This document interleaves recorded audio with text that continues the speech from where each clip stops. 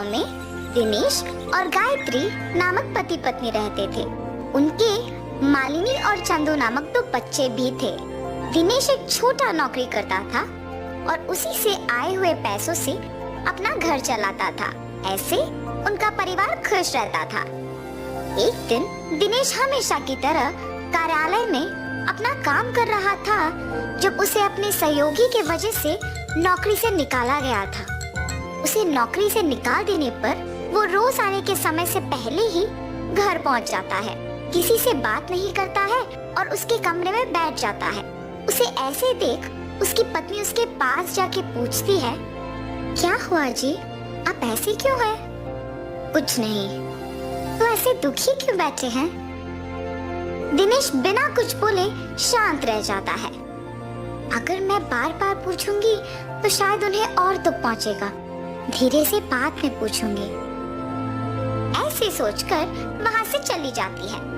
ऐसे कुछ दिन वो नौकरी पे नहीं जाता है और दुखी होकर अपने कमरे में ही बैठे रहता है। कम से कम अब तो बोलिए कि आप नौकरी को ना जाके ऐसे घर पे ही क्यों बैठे हैं? हाँ, इतने दिन नौकरी के वजह से ही अपने परिवार की देखभाल कर पाया हूँ, मगर अब वो नौकरी ही नहीं है। मुझे समझ में नहीं आ रहा कि मैं क्या करूँ। ऐसे बहुत दिन तक अपने पति को किसी से बात किए बिना दुखी रहते देख नहीं पाती है। किसी के नीचे काम करने की वजह से ही इन्हें निकाल पाए हैं ना।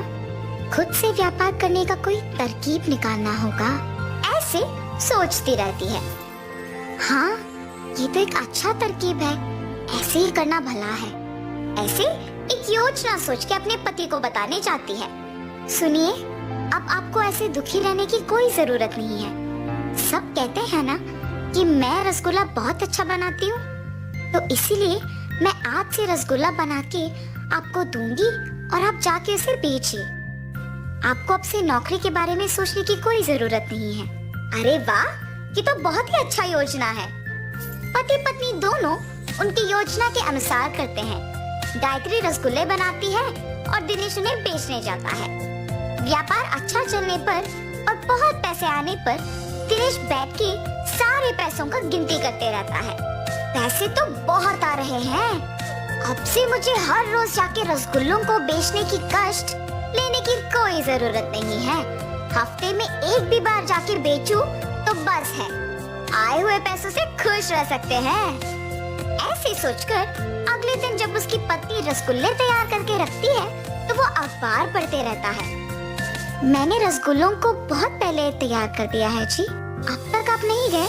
आज से रसगुल्ले हर रोज बना के रखने की कोई जरूरत नहीं है। मैं जिस दिन कहता हूँ उसी दिन बनाऊं तो काफी है। आज मैं रसगुल्ले बेचने के लिए नहीं जा रहा हूँ। अरे रे, तो फिर आज बनाए हुए रसगुल्ले व्यर्थ हो जाएंगे ना। आज के लिए इनको बेच दीजिए ना। मुझे पूछे बगैर तुमने रसगुल्ले क्यों बनाए? इसीलिए इन्हें बेकारी होने दो। ऐसे गुस्से में उसकी पत्नी से कहता है और उन रसगुल्लों को बेचने बाहर जाता है। तब से उसके विचार के अनुसार ही तभी रसगुल्ले बनवा के बेचने जाता है जब उसे पैसों की जरूरत होती है। एक दिन गायत्री के पास एक आदमी आता है। जी, कौन है आप? किसके लिए आए हैं? माता, मेरा नाम आदित्य है। मैं पड़ोसी गांव में रसगुल्ले बेचता हूँ। जब मैंने सबको पूछा कि रसगुल्ले कौन अच्छा बनाता है तो एक औरत ने आपका नाम लिया, इसीलिए मैं आपको ढूंढते हुए यहाँ आया। आप मुझे हर रोज ऐसे रसगुल्ले दे सकते हो? क्या मैं इस आदमी को रसगुल्ले बना के दूं या नहीं? लेकिन पड़ोसी शहर में ही तो बेचेगा ना। ऐसे सोच में पड़ जाती है। क्या हुआ माता, आप मेरे पूछे हुए सवाल का जवाब दिए बिना सोच में पड़ गए?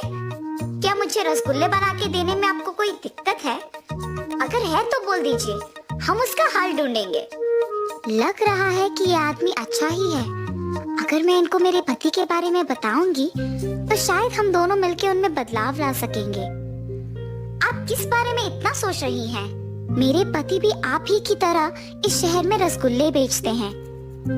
ऐसे उसको उसके पति के बारे में बताती है और आदित्य सोच में पड़ जाता है। माता, आपके पति को बदलने के लिए मेरे पास एक तरकीब है। मैं निश्चित रूप से उनमें बदलाव लाऊंगा। आप बस मुझ पे भरोसा रखें, रसगुल्ले बना के दे दीजिए।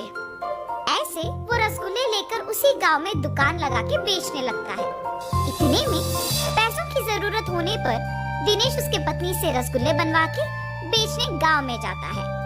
सारा गांव घूमने पर भी कोई उससे रसगुल्ले नहीं खरीदता है और उल्टा उससे किसी और के रसगुल्ले की दुकान के बारे में गांव वाले बताते हैं। इससे वो घर वापस दुखी लौट आता है। क्या हुआ जी, आप दुखी क्यों हो? कोई इसी गांव में रसगुल्लों का दुकान लगा के बेच रहा है। गांव वाले उसी से खरीद रहे हैं क्योंकि वो बहुत स्वादिष्ट है। ये सब मेरे ही वजह से हुआ है। अगर मैं हर रोज रसगुल्ले बेचने जाता तो ये दिक्कत नहीं आती। पैसों की कमी ना होने पर मैंने हर रोज जाना बंद कर दिया और कभी कभी ही बेचने जाता हूँ। इसी समय में किसी और ने मौका देखा और हर रोज रसगुल्ले बेचने लग गया। ऐसे कह के तब से हर रोज गांव में जाके रसगुल्ले बेचने लग जाता है। हमेशा की तरह सभी दिनेश के पास नहीं आए, पर भी व्यापार उसका ठीक ही चल रहा था। आदित्य जब गायत्री के बनाए हुए रसगुल्लों को लेने आया था तो वो गायत्री को दुखी देखता है। अरे क्या हुआ माता, ऐसे दुखी क्यों हैं आप? कुछ नहीं जी, मेरे पति के बारे में मैंने तो बताया ना आपको। वो आजकल सुधर गए हैं और हर रोज रसगुल्ले बेचने गांव जा रहे हैं। मगर किसी और ने हमारे ही गांव में रसगुल्लों का दुकान लगाया और इसकी वजह से उनका व्यापार पहले जैसे अच्छा नहीं चल रहा और वो दुखी हैं। माता, आपको याद है मैंने कहा था कि आपके पति में मैं बदलाव लाऊंगा? उस नए दुकान को मैंने ही लगाया। ये सब मैंने आपके पति को बदलने के लिए ही किया। अब जब वो सुधर गए, मैं वापस अपने गांव जाके हमेशा की तरह अपना दुकान चलाऊंगा। आप अब इसके बारे में मत सोचिए। ये कह के उससे रसगुल्ले लेके उस गांव में से दुकान निकाल के अपने गांव में लगाता है। तब से दिनेश के रसगुल्लों का दुकान हमेशा की तरह भीड़ से भरी रहती थी क्योंकि सारे गांव वाले उसी के पास आने लगे। वो तो मेरी किस्मत है कि उस आदमी ने उसका दुकान निकाल दिया, वरना बहुत मुश्किल हो जाता था। अब से मैं किसी और को ऐसे मौका नहीं दूंगा और हर रोज रसगुल्ले बेचने आऊंगा। उस दिन से दिनेश ध्यान से रसगुल्ले बेच के अपने परिवार के साथ खुश रहता था। और इस कहानी का नैतिक क्या है? आलस सबका दुश्मन है। अगर हम हमारा काम गर्व की वजह से ढंग से नहीं करेंगे तो कोई और हमारा मौका छीन लेगा।